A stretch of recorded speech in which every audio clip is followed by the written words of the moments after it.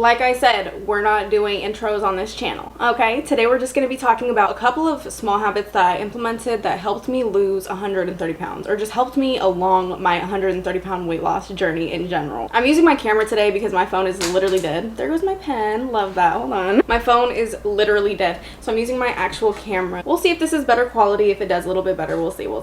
Let's just jump straight into it. By the way, I'm on week number 4 of consistently uploading on YouTube. Let's go, gang. Let's go. LFG. Anyways, so let's just start with habit number 1. Waking up early and getting the gym out of the way. I know this is a lot easier said than done because getting up in the morning, especially for some of us that already have to get up early in the morning, that means you gotta wake up earlier. I've waken up at 4 a.m. I've waken up at 5 a.m. I've waken up at 6 a.m. The best part about going to the gym first thing in the morning is literally getting it out of the way. Like, you don't have to think about it all day long. When you're first getting into the gym, one of the biggest burdens throughout your day is the fact that the gym feels like the main event. What I mean by that is, like, it's on your mind all day. You have a little bit of anxiety. You're like, damn, I have to go to the gym. I have to go to the gym. Like, after this, I'm going to the gym. Like, you're telling your coworkers about it. You're telling your friends about it. Like, no, I can't right now because, like, I'm about to go to the gym. Like, when it becomes the main event, it becomes very much stressful and it feels like it's taking over your life. As opposed to when you actually get it out of the way first thing in the morning, your day goes so much smoother because you've got the morning endorphins, you've got the dopamine, you've got the serotonin, whatever, you know, happy hormones you want to call it. Not only that, but you're also setting your, what do they call it? Like when you rise at sunrise and then you go to sleep at a decent time as well. It's like your circadian, I don't have the right word for it. That really helps you really lock in your schedule, get things done first thing in the morning, and it makes the rest of your day go that much smoother. There's no such thing as not being a morning person. It really just comes down to discipline. If you need help mastering discipline first before you want to go onto your weight loss journey, or you're looking into weight loss or whatever, I have an ebook that's called Weight Loss is a Mental Game, and it basically goes over discipline, bad habits, good habits, how to start positive self-talking, how to get into really getting disciplined, right? There's a thing called 3-2-1 method, right? And I talk about that in my ebook as well. It's when you don't want to do something and you basically count down from 3, you go 3, 2, 1, you get up and do it anyways because that's just what you need. Do it, try it at least for 3 months. And I say 3 months, and I know it sounds hard, but give it at least 3 months and you'll be on the fast track to getting excited to going to the gym. The second small habit that I implemented was keeping my kitchen clean, or cleaning as I go. One of the main things that I had a very big issue with in the beginning of my weight loss journey, and I still struggle with to this day, is waking up feeling like, okay, I've gone to the gym, I'm about to make breakfast, and then you go in the kitchen and the kitchen is a disaster. You've got the dishes, dirty dishes piled up in the sink, the dishwasher is dirty, nothing is rinsed, you have to hand wash, you know, the pan that you want to cook in this morning, or what you want to make your eggs on this morning. For me, I get really overwhelmed by stuff like that, and I just go, you know what, I'll just wait until later. Maybe I'll eat around lunchtime or whatever the case. But obviously, if I'm not cleaning it right then and there, I'm probably going to come back at lunch and it's going to be the exact same issue. Sometimes I've had issues where I literally just don't eat all day because it's just such a big hassle, it's a big burden. And then when you're feeling like everything is a burden, from going to the gym to waking up to making your breakfast and things like that, everything starts adding up and just becomes, you're like, oh my god, I don't even want to do this anymore. Like, this is literally not worth it. But if every time you cook, you put your dirty dishes in the dishwasher, you run the dishwasher, now you've got clean dishes and a clean kitchen every time you go in. Before you go to bed, make it a point to make sure that at least the kitchen is clean, that your dishes are ready to go for tomorrow for whatever you're going to cook, prepare, whatever. Some people do like to meal prep. If that's your tea, do it. Just make sure your kitchen is clean in the event that you actually want to make something out of the fucking blue. Which brings me directly into my next point. I have never been a huge meal prep person because a lot of the times my meal prep turns out terrible. I'm not a good cook, not at all. 2, I get very sick of eating meal prepped food that's the exact same thing, which is very funny because my third point is eat the exact same thing over and over again until you get tired of it. That was one thing that I did in the beginning of my weight loss journey. I loved eating 2 pieces of toast, 3 eggs, a handful of salad, a handful of strawberries, and maybe a little peanut butter on my toast, right? But I would eat that like 3 times a day. I'm not kidding. That was the one thing that I could tolerate. I was happy because I got peanut butter and I loved peanut butter. I had an addiction to peanut butter. I was happy because I was like, okay, I can tolerate eggs. At least it's not dry chicken breast, right? Like, I can tolerate eggs. That's going to be my protein source. So I kept eating that, kept eating that. Whenever I got tired of eggs, I switched over to chicken thighs. I'm like, chicken thighs are pretty good. I'm going to start eating chicken thighs religiously over and over until I get sick of that. Then I'm going to start eating, lean ground beef. My whole point is I still do that to this day. Right here, look at it.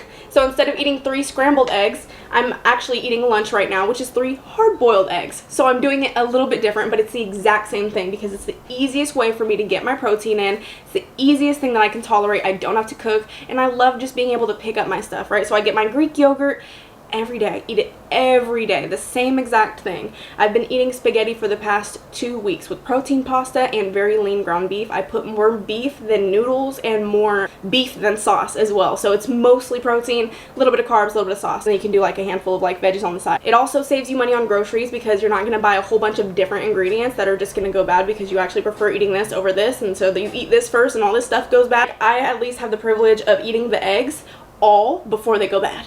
I'm gonna eat all the Greek yogurt before it goes bad. So anyways, that's another tip. Another small habit that I implemented to help me lose 130 pounds was by documenting my progress on Instagram. When I first started, it was totally just a self, it wasn't private because I did low-key want to like document my journey and, see if I could reach people that also were in similar situations. And I did end up finding a lot of mutuals that I still follow to this day on this very account. And you don't have to do this. You can definitely make a private account that you and maybe a couple of other people follow, or only you have access to this account, but you use it as somewhere to post your pictures or videos or your form or whatever the case. Not only that, but that is going to lead me into my next point, making a new Instagram account to consume only fitness and nutrition content. Let me be clear, there's a lot of misinformation out there, especially on social media, but there also are a lot of great people that you can follow that you will learn what's right and what's wrong. You can, sift through the good information and the bad information. You can read comment section. It took me a long time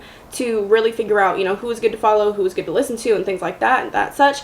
But I did learn a lot from social media, from different workout splits, workout plans, recipe pages like Gym Rat Recipes or Fit Foodie Living. But the whole point is to get away from your personal Instagram and consuming your personal, your friends and family and brain rot. And then also having a separate account that you can log into where you see other people working out. Every time I saw videos of other girls working out, I got excited to go to the gym, and I was like, I literally can't wait to go to the gym later. I'm gonna try this move. Now my next small tip is going to be stick to one workout plan. I know I just said, when I get on Instagram I get excited, I want to try a different move, but I never implemented those into my workout routines. I stuck with my workout routine, and if I wanted to try something that somebody else was doing, I would do it maybe at the end of it or at the beginning of it, but I always kept my same gym split for almost 2 years, because when you go in and you train the same movement over and over again, not only are you getting stronger in those movements, but you're also improving your form over time. And I will be honest, it took me almost a year to master my form across all of the workouts that I was doing, from back and bicep day to both of the different leg days, things like chest day, shoulder day, stuff like that. It can be very difficult to understand if you're making progress if you're always switching your workout routine. My best advice is keep that one workout routine and get very good at it, master it, and then continue to progress in weight. Most of the information that I'm telling you here, you can definitely find on Google or fact check. I always recommend fact checking because I'm not a fitness coach, I'm not a nutrition coach, I am not certified in absolutely anything. I'm speaking from personal experience, personal research, and some of the things that I have looked into over time. However, I do have short-term memory, and I know that some of the things that I say can be accurate. However, it's always best to double check information on the internet. But something that I know is true: when you put more muscle on, it helps you lose weight. That's what I know. Now, this one is going to be controversial, but I think it is very much necessary. Do not keep looking at the scale if the scale especially isn't moving anymore, because plateaus are going to happen. And I see a lot of people talking about, I've plateaued and my weight hasn't moved in a week. A week? Girl. Oh, you're in for a treat. Thank God it's only a week. I've been in a plateau for 6+ months at this point. I know girls that have been in a plateau for 3 months, 4 months, 5 months, 6 months, and they can be very difficult. Be thankful and just keep showing up. As far as the scale goes, I would just keep showing up and taking my measurements. Take your measurements, okay? If you don't have a tape measure and a good old, notepad to write your measurements down, I have an app called ZozoFit that when I stand back, it takes like 10 to 11 different scan pictures of my entire body. I rotate and it gives me my measurements, and I did compare them with a tape measure, and they are very, very, very accurate.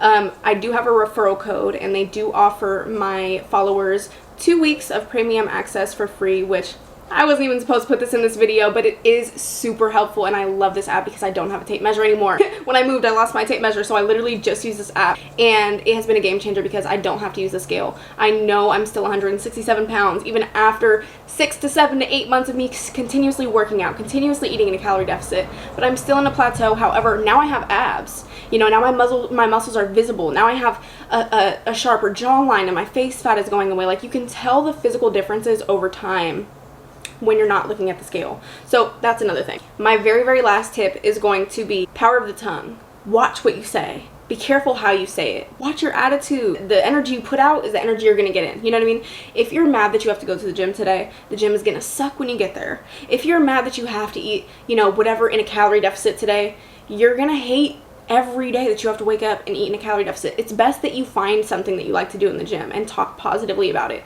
It's best that you find foods that you like to eat and get excited to eat them all the time if you want. You know what I mean? Like, find foods that actually fit your macros and stick to those consistently as you possibly can. But power of the tongue is very much essential. That goes with not just weight loss, but literally everything. Whatever happens in your brain can come out of your mouth. But if you change it up here first and then you let it leave your mouth, it really makes all the difference. You dictate how you feel about certain things. Your body has emotions and you have emotions, right? But when you say them out loud, that really dictates how it's all gonna play out. You can have a really fun, a really exciting, a really positive weight loss journey experience. Or you can have one where you set a lot of limitations on yourself. You hate going to the gym. This sucks. You don't like anything that you have to eat on a calorie deficit, even though nobody's forcing you to eat those things. You're the one that's choosing to eat those things in a calorie deficit. You can literally eat things as long as they fit in your macros. You can have whatever you want. I'm not gonna sit here and talk your ear off. I did want to make this kind of a quicker little video, but I hope those tips helped, and this is definitely like just the tip of the iceberg. So if you guys are interested in getting more tips, small little habits that you can implement to help you on your weight loss journey or just help you get closer to your weight loss goal, please let me know. I am happy to continue creating content like this. As you guys know, I am shooting different pieces of content onto this YouTube channel right now, trying to figure out what sticks. So please, if you enjoyed this video, like and subscribe. Also, don't forget to leave a comment down below and let me know what you are enjoying on my channel so far. And also, don't forget to follow me on Instagram at Sierra2Fit. The ebook, Weight Loss is a Mental Game, is going to be linked in the description, as well as my 2-week free ZozoFit code. And then I'm also going to add a link to my website where you can find things like free body measurement tracker sheets, free investment board game tools for beginner investors. I do talk about, you know, wealth building and fitness over on my Instagram. So like I said, follow me over there at Sierra2Fit. But until next time, it's been real. You guys better go lock in. Till next time. Thankful for the shit that a nigga did.